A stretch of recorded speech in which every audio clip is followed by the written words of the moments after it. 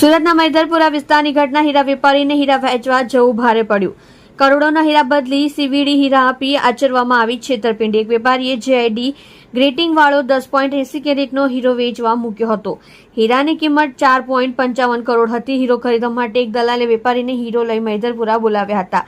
વાતમાં મૂળ માલિકની નજર ચૂકવી હીરો બદલી દેવાયો. ત્યારબાદ સેફમાં રૂપિયા મૂકી લેવા જવાનું કહી આરોપી નાસી છૂટ્યો હતો. વેપારીએ મૈદરપુરા પોલીસ મથકમાં ફરિયાદ નોંધાવી હતી. આ ઘટનામાં 4 જેટલા આરોપી સંડોવાયેલા હતા. એક આરોપી ઝડપાયો અને હીરાનો તમામ મુદ્દામાલ રિકવર કરાયો. મુખ્ય આરોપી હજુ પણ ફરાર છે. જી સર, સુરત શહેરના મૈદરપુરા પોલીસ સ્ટેશન વિસ્તારમાં હીરા બજાર આવેલું છે. આ હીરા બજારમાં ખૂબ જ મોટા પ્રમાણમાં ડાયમંડની લેતી દેતીનો અને વ્યાપાર થતો હોય છે. આ હીરા બજારમાં એક અઠવાડિયા પહેલા એક વ્યક્તિ સાથે વિશ્વાસઘાતપૂર્ણ 3 વ્યક્તિઓએ એક ડાયમંડ, જે હાર્ટ શેપનો ડાયમંડ હતો, જેની કિંમત 4.5 કરોડ રૂપિયા હતી અને એની જે કેરેટ આવે એ 10 કેરેટ ઉપરાંતનો એ ડાયમંડ હતો. એ વિશ્વાસઘાતપૂર્ણ આ ડાયમંડ એ લોકોએ લઈ લીધો હતો અને એની બદલામાં એમણે એ લોકોને સીવીડી પ્રકારનો સેમ ડાયમંડ એના હાથમાં આપી દીધો હતો અને પોતે સેફમાંથી 10 લાખ રૂપિયા ટોકનના લેવા જાય છે એવી પ્રકારની વાત કરી અને ત્યાંથી નીકળી ગયો હતો. ત્યારબાદ જ્યારે ફરિયાદી એનો કોન્ટેક્ટ કર્યો તો ફોન સ્વિચ ઓફ થઈ ગયો હતો. આ બાબતને લઈને ફરિયાદીએ પોલીસ સ્ટેશનમાં ફરિયાદ નોંધાવી હતી. ફરિયાદ નોંધાવતાની સાથે જ મૈદરપુરા પોલીસ સ્ટેશનની સર્વેલન્સ ટીમ અને અમારી પોલીસની અન્ય ટીમ, એની સાથે સુરત શહેરની ક્રાઇમ બ્રાન્ચ પણ આ ઇન્વેસ્ટિગેશનમાં જોડાઈ ગઈ હતી.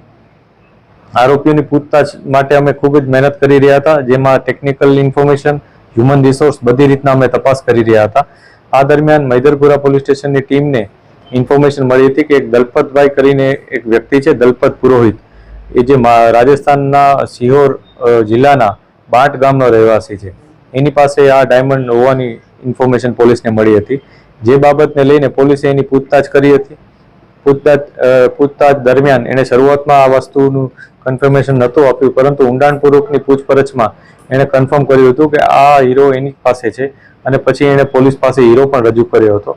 પોલીસે આ ડાયમંડ છે એ વેરીફાઈ કરાવ્યો હતો, જે નેચરલ હતો અને જે ચોરીમાં જે વિશ્વાસઘાતપૂર્વક લઈ ગયા હતા એમાં એ જ ડાયમંડ હતો. ત્યારબાદ પોલીસે એની ધરપકડ કરી હતી.